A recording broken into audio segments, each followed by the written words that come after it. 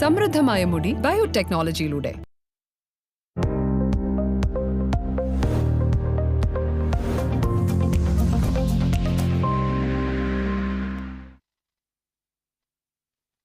നമസ്കാരം. ഉച്ചവരെയുള്ള വാർത്തകൾ സമഗ്രമായി കാണാം. പ്രധാന വാർത്തകൾ.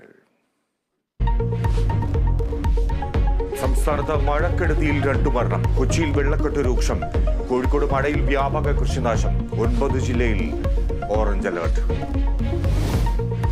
തദ്ദേശ വാർഡ് പുനഃസംഘടനാ ഓർഡിനൻസ് മടക്കിയത് സാങ്കേതിക നടപടിയെന്ന് ഗവർണർ. തെരഞ്ഞെടുപ്പ് കമ്മീഷന്റെ അനുമതിയില്ലാതെ ഓർഡിനൻസ് പരിഗണിക്കാനാവില്ല. സെനറ്റിലേക്കുള്ള നോമിനേഷനിൽ കോടതി വിധിയെക്കുറിച്ച് പ്രതികരിക്കാതെ ഗവർണർ.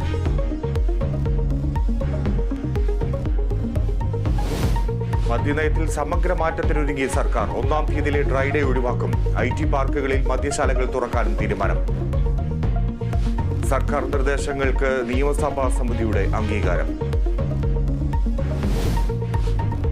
പെരിയാറിലെ മത്സ്യക്കുരുതിയിൽ 2 ദിവസത്തിനകം റിപ്പോർട്ട് സമർപ്പിക്കുമെന്ന് സബ് കളക്ടർ.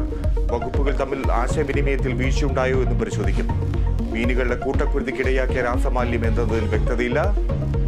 മത്സ്യക്കുരുതിയിൽ നിയമ നടപടിക്കൊരുങ്ങി കർഷകർ.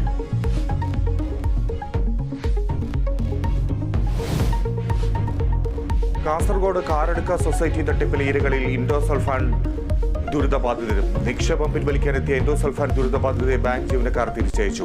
സർക്കാരിൽ നിന്ന് ലഭിച്ച ധനസഹായം പിൻവലിക്കാനാകാതെ ദുരിതബാധിതർ.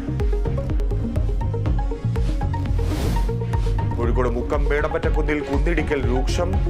ഭൂമാഫിയയുടെ കുന്നിടിക്കലിന്റെ ഇരകളായി 100-ലധികം പേർ. മഴ ശക്തമായതോടെ ബന്ധുവീടുകളിൽ അഭയം തേടി കുടുംബങ്ങൾ. 300 ഏക്കറോളം വരുന്ന കുന്നിടിക്കാൻ ഉദ്യോഗസ്ഥരുടെ ഒത്താശയെന്ന് ആരോപണം.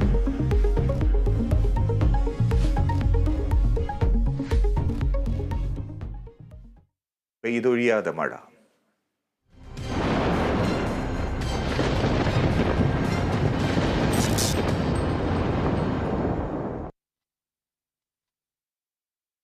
സംസ്ഥാനത്ത് മഴ തുടരുമെന്ന് കേന്ദ്ര കാലാവസ്ഥ